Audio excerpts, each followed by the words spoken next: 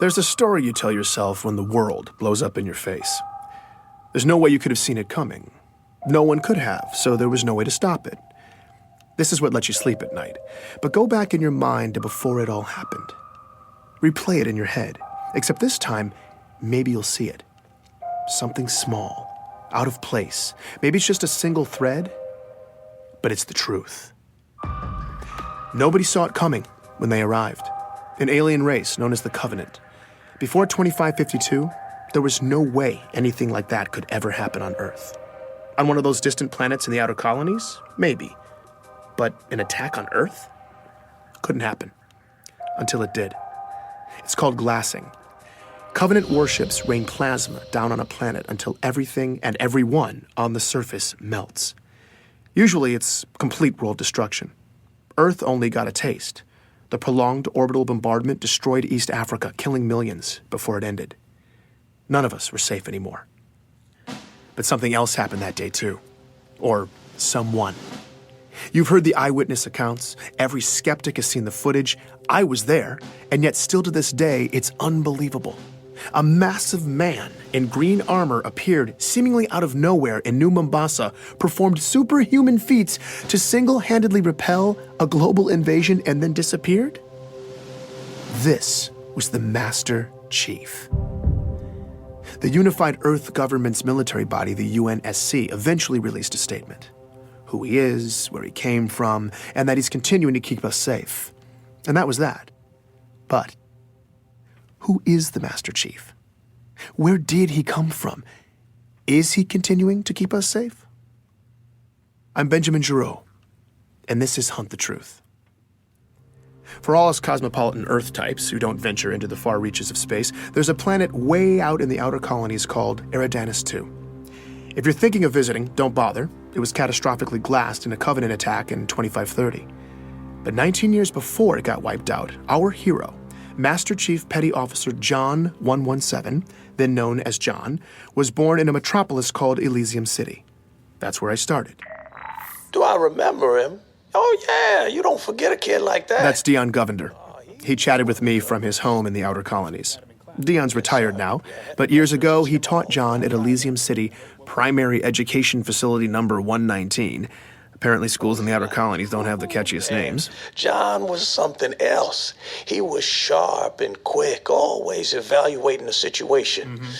Other kids just gravitated to him, you know? Dion seemed most excited to talk about John's athletic ability. The kids used to play King of the Hill after school. You know, the old game where you wrestle and push each other to try to be the last man standing.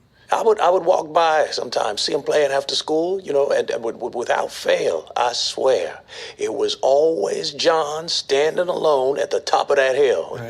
Right. Yeah, every single day. Yeah. Matter of fact, I think the other kids ended up fighting for who got to be king halfway up the hill, because nobody was messing with John. I definitely remember John. You're going way... That's Ellie Bloom, another lifelong resident of the outer colonies. When she was young, she and John lived on the same street, just a few houses down. Well, he was a little younger than me, but let me tell you, that boy did not look like a kindergartner. He was a big kid. My friend Katrina and I used to meet him in this vacant lot in the neighborhood. The three of us would build these obstacle courses out of random junk and then race.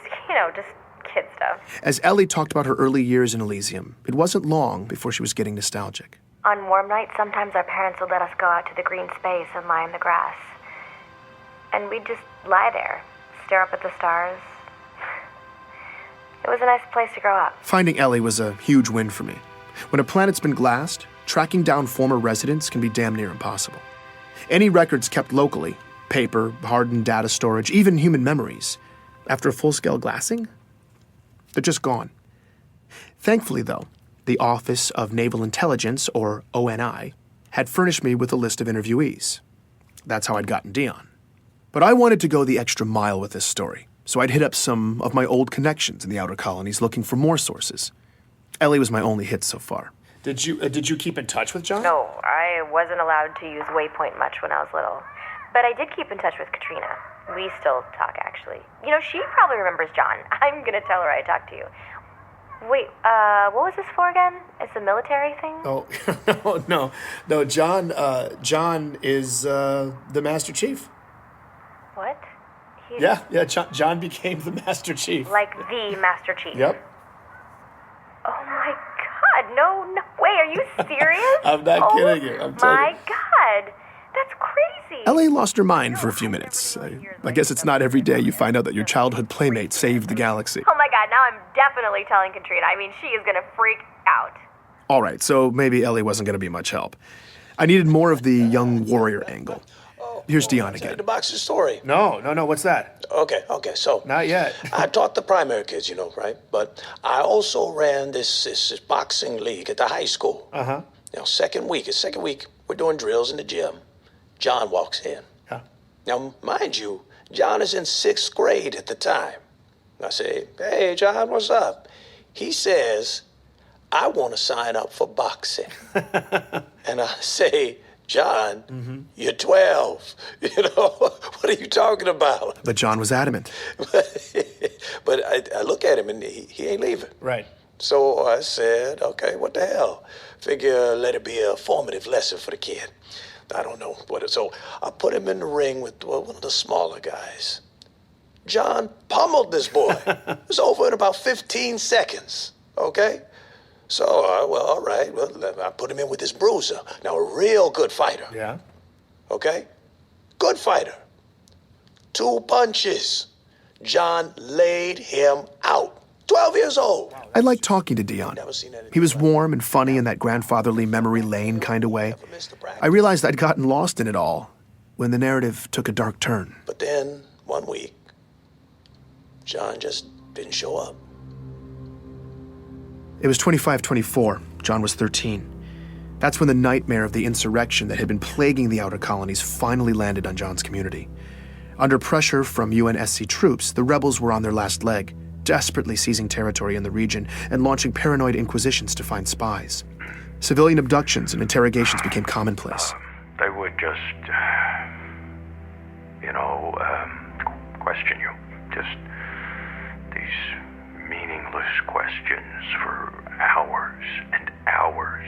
Thomas Wu was living on a neighboring colony when the rebels showed up and hit hard, sweeping up Thomas and thousands of others in raids. What followed was months of horribly overcrowded detainment, neglect, and often constant questioning. Did you know this guy? What are the encryption codes for this system, that system? And you have no idea what they're even asking you. In the final couple months, Thomas says his captors started coming unhinged, and then toward the end, they just disappeared, leaving Thomas and hundreds of others locked up, starving. I don't want to play this part of the interview, but I'll tell you, it got bad.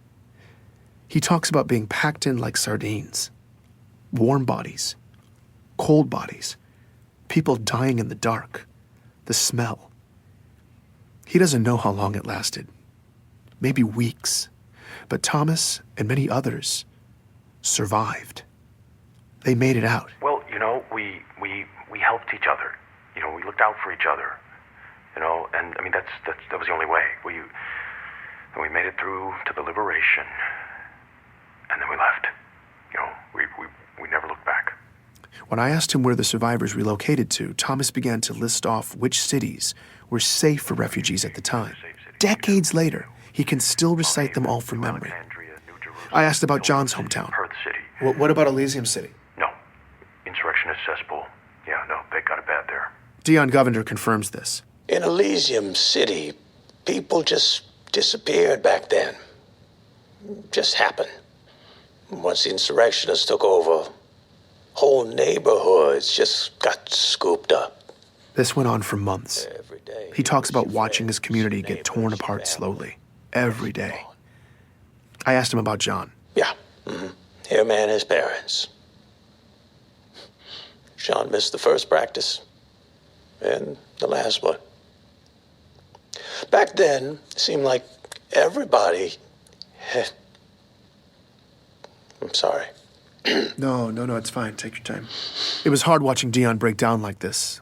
He just looked defeated. These kinds of interviews are brutal. I wanted to comfort him, but it just felt condescending. Like I have any idea what it was like for him. So we were quiet for a bit. Before we ended, though, he said this.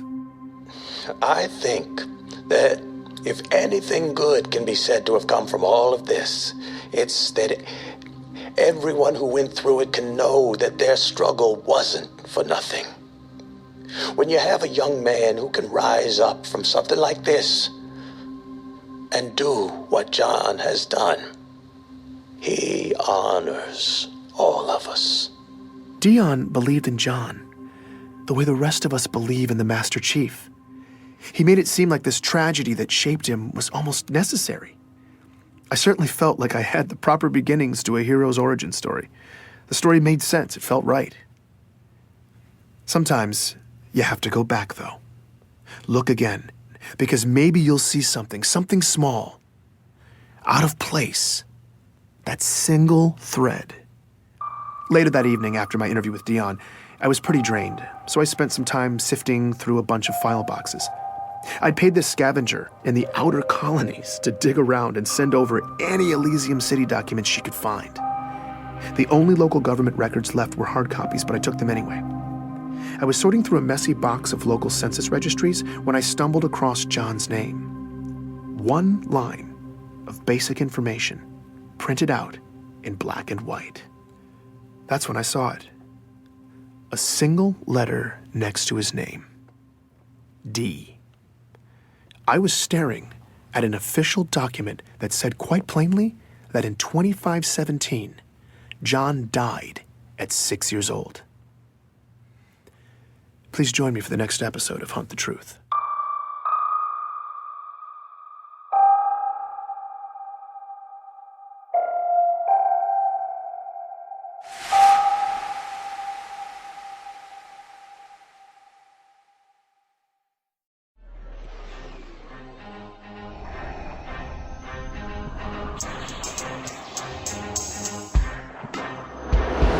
We got Jeff